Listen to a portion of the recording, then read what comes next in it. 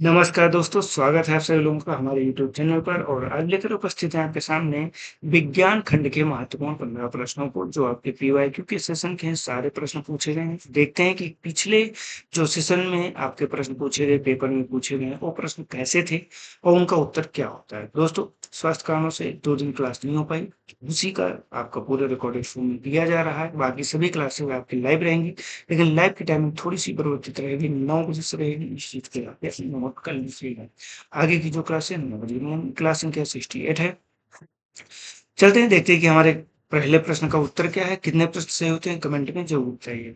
हमारा पहला प्रश्न है, विश्व की सबसे महंगी धातु मानी जाती है कौन सी? सोना है, प्लेटिनम है, इरिडियम है या फिर एड्रो जो है डन फ्लोरीन है। तो यहाँ पे सबसे महंगी जो धातु है यह एड्रो डोनाल्ड जो फ्लोरीन धातु है ये सबसे महंगी है। इसको एक अन्य जो दुर्लभ संरचना है, दुर्लभ धातु के रूप में भी इसे जाना जाता है, इसीलिए इतनी महंगी। इसमें क्या है, कार्बन के पिंजरे के भीतर क्या है जो अन्य परमाणु फंस जाते हैं, इसकी लागत सबसे अत्यधिक और वैज्ञानिक अनुसंधान के लिए भी इसका प्रयोग किया जाता है। फिलहाल सामान्य उपयोग में लिए ऊपर लिस्ट उपलब्ध नहीं। अगले प्रश्न पर बढ़ते हैं। हमारा अगला प्रश्न, पिंच ब्लेंड किसका मुख्य स्रोत है? थोरियम का है, यूरेनियम का है, रेडियम का है या फिर प्लूटोनियम का है? तो जो आपका पिंच ब्लेंड है ये मुख्यतः जो है आपका यूरेनियम जो होता है इसी का प्रमुख गैस को होता है। इसी से क्या होता है, यूरेनियम प्राप्त किया जाता है जिसका मुख्य परमाणु उत्पादन में काम में लाया जाता है। क्लियर हो गया? बढ़ते अगले प्रश्न पर हम। प्रश्न है, ठंडे पानी से तीव्र प्रतिक्रिया करने वाली धातु है कौन सी? तांबा है, सोडियम है, लोहा है या फिर चांदी है? देखिए, पानी चाहे ठंडा हो चाहे जो हो, इसमें सोडियम जो है आपका सही आंसर होता है। सोडियम एक अत्यंत सक्रिय धातु है जो कि ठंडे पानी से अधिक तीव्र प्रतिक्रिया करती है और सोडियम हाइड्रोक्साइड और हाइड्रोजन गैस उत्पन्न करती है, जिसमें आपको ये लगता है कि ये जल हो जाए। ठीक, तो इस चीज पे हम याद। चलते अगले प्रश्न पर। अगला प्रश्न, कठोरतम धातु मानी जाती है सोना है, लोहा है, प्लेटिनम है या फिर एल्यूमिनियम है? तो इस चीज को यहाँ पे याद आपको रखना है कि इसमें जो प्लेटिनम होता है ये सबसे कठोर धातु है क्योंकि ये अत्यंत सघन एवं कठोर होता है। इसमें क्या है, ये रासायनिक रूप से निष्क्रिय है, तो इसमें कोई जो है उस तरह की कोई आपका जो है वो भी नहीं होता है कि क्रिया हो जाता है, इसीलिए यहाँ पे जो लोकल आभूषण वगैरह है उन चीजों का यहाँ पे निर्माण किया है। चल रहे हैं हम लोग अपने अगले पृष्ठ पर। प्रश्न है, निम्न में से मूल तत्व एलिमेंट कौन से हैं? रेत है, जल है, वायु है या फिर कार्बन है? तो यहाँ पे आपको मूल तत्व के तौर पे बात करें तो आपका जो कार्बन होता है ये सबसे मूल तत्व है, इसमें अन्य तत्व नहीं। ठीक है, तो इस चीज को याद रखिएगा, मूल तत्व एलिमेंट आपका यही हो जाएगा। बढ़ते हैं हम अपने अगले महत्वपूर्ण प्रश्न पर। हमारा अगला प्रश्न, स्वतंत्र अवस्था में पाई जाने वाली धातु है, लोहा है, एल्युमिनियम है, सोना है या फिर जस्ता है? तो इसका सही उत्तर क्या हो जाएगा, आपका सोना हो जाएगा। ये स्वतंत्र अवस्था में पाई जाने वाली धातु है। बस इसका निष्कर्षण किया जाता है क्योंकि रेत के साथ ही पाया जाता है। ठीक, और ये भी इस समय वर्तमान संदर्भ में देखें तो काफी महंगी धातु के तौर पे आपकी गई है। चलते हैं अगले महत्वपूर्ण प्रश्न पर। प्रश्न, उष्मा तथा विद्युत का सर्वोत्तम चालक है, तांबा है, लोहा है, चांदी है या फिर एल्यूमिनियम है? तो यहाँ पे उष्मा और विद्युत का सर्वोत्तम चालक के तौर पे पूछ रहा है, तो इसमें चांदी जो है सबसे ज्यादा ये सर्वोत्तम चालक है। लेकिन क्या है, इसमें ये इतनी महंगी है कि इसका प्रयोग हर जगह पे नहीं किया जाता है, इसीलिए कॉपर वगैरह एल्यूमिनियम वगैरह का यहाँ पे प्रयोग आप देखने को पाते हैं। क्योंकि चांदी बहुत महंगी है, चांदी का वायर बनाएंगे तो आप घर की वायरिंग नहीं कर पाएंगे, कितनी महंगी है। क्योंकि पायल लोग नहीं खरीद पाए, बिछुआ नहीं खरीद पाते हैं, तो आप ये वायर वगैरह तो बन ही नहीं सकते। ठीक है, लेकिन हाँ, जब माइक्रो प्रोसेसर और इन सब चीजों का निर्मित किया जाता है तो वहां पे आपका जो है चांदी का प्रयोग किया जाता है। चलते अगले प्रश्न पर। पृथ्वी की प्रॉपर्टी में सर्वाधिक मात्रा में पाई जाने वाली धातु है, लोहा है, एल्युमिनियम है, तांबा है या फिर मैग्नीशियम है?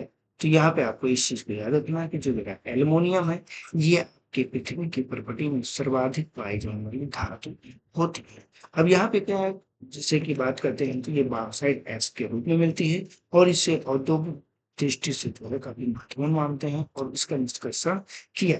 क्लियर हो गया? चलते अगले प्रश्न पर। हमारा अगला प्रश्न, वॉशिंग सोडा का रासायनिक नाम क्या है? बहुत ही सामान्य प्रश्न है। Sodium bicarbonate, sodium carbonate, sodium hydroxide या फिर सोडियम क्लोराइड।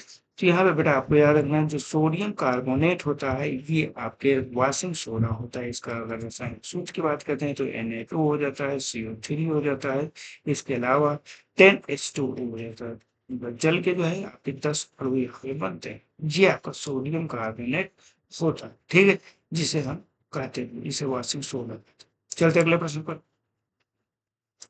प्रश्न है हमारा, कास्टिंग सोडा किसे कहते हैं? सोडियम कार्बोनेट को कहते हैं, सोडियम क्लोराइड को बोलते हैं, सोडियम हाइड्रोक्साइड को बोलते हैं या सोडियम सल्फेट को बोलते हैं? पहले वो हमने क्या पढ़ा था? हमने वॉशिंग सोडा बना था पढ़ा था। ये आपका जो है कास्टिंग सोडा। तो इसे क्या है? इसे सोडियम हाइड्रोक्साइड कहा जाता है। ये आपको यहाँ पे याद रखना है। इसका फार्मूला क्या है? इसका फार्मूला बहुत ही सामान्य है, NaOH होता है।